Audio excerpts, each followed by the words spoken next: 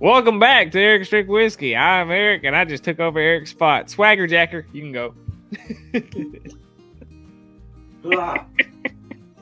I'm about 3 deep. Let's go. He said it. We're Eric's Drink Whiskey, and I'm Eric, and he's also Eric. So we're gonna dive into one that we've been meaning to do for a while, but we haven't got around to. This falls into the category of high malt bourbons. Chattanooga Whiskey 111. This is their unfiltered barrel proof. What do we know? Well, from the bottle, that it came from a 53-gallon toasted and charred oak barrel, greater than 2-year-old, batch size is 8 to 12 barrels, and is a mash bill of yellow corn malted rye, caramel malted rye, and honey malted rye. Well, there you go. Everything in here except the corn is malted. Now, in terms of percentages, it's guesstimated that 75% of the mash bill is corn, 25% is the rest of those malts. So that's the best we know. It is 111 proof. You can find it. I'm starting to see it a lot of different places. Maybe not the 111, but they do have a 91 proof offering that you can find pretty easily. Fiddlesticks just got the ball and bond. They do have bottle. They've got a lot of fun, kind of experimental batches. Niche. That if you can find them, they're apparently pretty good. They also have a malted rye, so everything in it is rye and malty.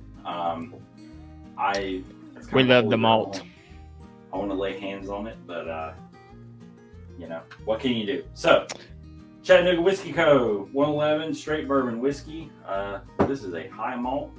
So we're just going to dive into it. Yep. Now, if I'm not mistaken, and this is what I really enjoy about Chattanooga Whiskey, is Chattanooga Whiskey is a craft distillery, but they did it right.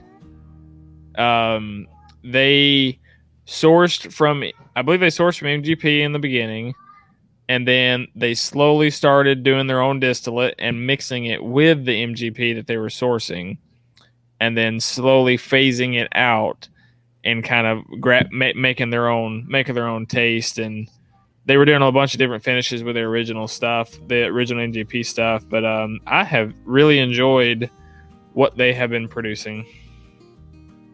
Before we get into it, I'll say you turned me on to this one. You said, "Hey, you'll really like this one. You're a Scotch drinker, so have at it." I actually, my father-in-law really enjoys this. He really doesn't do bourbon at all. He's a real big Scotch guy, and he really also enjoyed this one. So it's definitely got an appeal to it. I'll say that. But in my recommendations of whiskeys to people now, I've been better at asking them what do they normally drink, and then I gravitate towards them, towards a whole nother deal. Because we both are Scotchish drinkers. I love Scotch, but I've found out that I love that higher profile, that higher age profile, but lower proof in bourbon. And I love more finished bourbons. Well, all those flavor profiles tend to lean towards Scotches, so it's indicative of what I like. But like I said, everybody's different. Oh, so good. Right, I'm just nosing. You get when I say, like, when I'm nosing different bourbons, there's like a note that craft bourbons have, and it's that malt. A lot of craft bourbons have gotten to where they're using either a true high malt recipe with no rye at all, or a malted rye, or they'll do a 4-grain, so corn, wheat, rye, and barley, and it's just this note. It's like this raisiny, apricot-y note floating around there in the background. I get that on this, but I get just good, the good clean bourbon, vanilla, brown sugar, caramel in addition to that. I'm about to commit heresy here. Don't you do it. I think this nosing profile and taste profile. I don't know, we haven't dived into it yet, but this nose profile of Chattanooga Whiskey 111 is what Willet products should be. What I consider a crafty note. We have two different crafty notes. This crafty note is not there because they use that high malt. I think we found some craftier whiskeys out there that unnamed whiskey from Illinois that kind of just it just smells burnt. It's burnt corn and it's not good. Right. Now, and I mean, y'all are watching our show, so you're here to get what we, yammer on about. It's like frosting. The burnt crunch and munch. Yes. I was thinking about this the other day because I know one of the whiskeys that you get it on, the corn they use is that Silver Queen corn, not Yellow Two Dent. Is that that bottle with gold wax? No, that's Moonrise. Okay. I don't know what corn Starlight uses, but I'd venture a guess it's probably something along those lines. No, they use the Bloody Butcher. So I wonder if there's something different about the corn that imparts that taste. I would assume it's a really expensive corn that they are experimenting with, or it's the complete opposite. It's the cheapest they can get. No, I mean Silver Queen ain't cheap. That Bloody Butcher isn't cheap. That's what I've seen a lot of odd corn used in craft distilleries. Like I don't always hear like I don't always hear them say this, like, oh, we're just using that yellow sweet corn, like Popcorn Sutton used to, or what have you. It's always something like, oh yeah, we're using Captain Hook's variety of corn or what have you. Heirloom. Heirloom. Sacagawea cheeked these samples across the Rockies. That's racist. We're gonna have to edit that out. Yeah, sorry. Lord, I apologize. Maybe the pygmies in New Guinea, Amy. Anyways, all right. No, I agree. This is what Willet should smell like. It's like a clean barley smell. Yeah. Not a cleaning barley smell. Isn't that odd that if you find these American single malts that just have that barley just does not sit well, but then you have a high malted bourbon and it's almost perfect. But then if Scotland does a bourbon recipe and they can still call it Scotch, it just tastes funky. Yeah, I don't know. It's climates and whatnot. Yeah. Because there's some high malt single malts that are really good. There's some that have opportunities. I think that I know we can edit this out. Sorry, but that Muckety Muck, that Orphan Barrel, it's a single grain Scotch whiskey. I think it's all corn. I think it's 100% corn. I don't think it's barley. I was doing a little research on it. I don't think it's barley at all. Because everybody I've talked to said that it tastes like a bourbon, but it's a weird bourbon because it's like 24 years old, but it's like, I don't know, because I mean it's aged in Scotland. Yeah. That Starlight, their single malt, I can't remember how old it was, but it was mesquite smoked, the malt was. Yep. And between that young barley flavor, which was very clean and present, and the smoke, it tasted like you were sucking on like a leather keychain.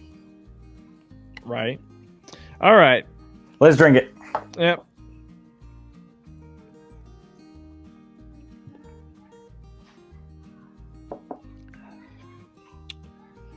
This is good classic cereal whiskey. That barley just shines through. Oh, real sugary. It's not that thick corn sweetness, that thick like cask strength brown sugary. I don't know if it's because it's as young as it is, or if it is because it's 25% malt. But that's I agree. This is what innovation is. This is drinkable. This is tasty, but not one time that I was just like, man, this just tastes like every other bourbon I've ever had. Like this is different. this is super. This like you said. This is innovation in a bottle. This is a modern twist on bourbon.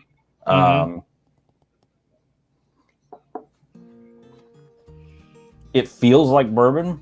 It's not heavy. That's No, that's the thing. Like it does not taste or smell heavy, even at 111. Like it is not straight from the barrel. Yeah, it's not thick. It's not overpowering. There's the little tingle of youth maybe that's still there because it is a young whiskey, but you've got enough oak has gotten into it that it balances it out. You've got some nice cinnamon, clove, raisiny notes from that barley. It's just good. I'm gonna make an official Eric's Drink Whiskey note that if it has a good youth note to it, we call it spry. It is spry. It is spry. I definitely agree. I really enjoy this, and price point's what, $45-$50, if that. I think this one's either 49 or 59. The 111. Okay. It's not expensive given things. It's 4 years old. It's 111 proof. It tastes good. That's a big thing. It fills the niche of it can be a daily drinker. It's not. You could drink it in the summer. The flavors that approachable, right? It's not heavy, but it's also a bottle you can break out to impress people. Because it is a niche bottle. I mean, it's got kind of a cool vibe to it. Got a fancy cork. Yeah. Oh, it's even got embossed lettering. There you go, Chattanooga whiskey. Me being from close to that area, we call it Chattanooga. Yeah, y'all lose a syllable in there. Chattanooga whiskey. So heck of a job, Brownie. This stuff's good. Yeah. I forgot how good this was. I haven't had this pour in a while. The other thing you get if you, let's say, line this up, you've been drinking something like your normal Buffalo Trace, Jim Beam, whatever through the night, and you're like, okay, I want to change it up. I want to go, kind of cruise in a little bit softer of a flavor. Once your palate's acclimated, you do start to get a lot of the smoke out of the barrel floating in on this, almost like a scotch, where you just had that faint hint, and I think that's really neat. Well, I have enjoyed this. If you, our viewers out there, would like to find Chattanooga whiskey, I am sure it is either at your local Total Wine. I have seen them at ABC's, or if you're in Florida, or it's decently available. Bigger mom and pop places are starting to carry at least the 91 now. Yep. So you should be able to find it. But super nice. A+. Well, so Eric, yes sir. Share, subscribe, and follow. We're going to throw our social media information up right at the end of this. And also be sure to check out our podcast. As you may have guessed, if you know us at all, there's going to be a lot of rambling that probably doesn't make it into our videos. That's all going to be in the podcast. So look for those on Apple Podcasts and Shout Engine. That's EDWNCF. That's Eric's Drink Whiskey Non-Chill Filtered. And until next time, cheers. With a glass of Chattanooga whiskey. Cheers. Chattanooga.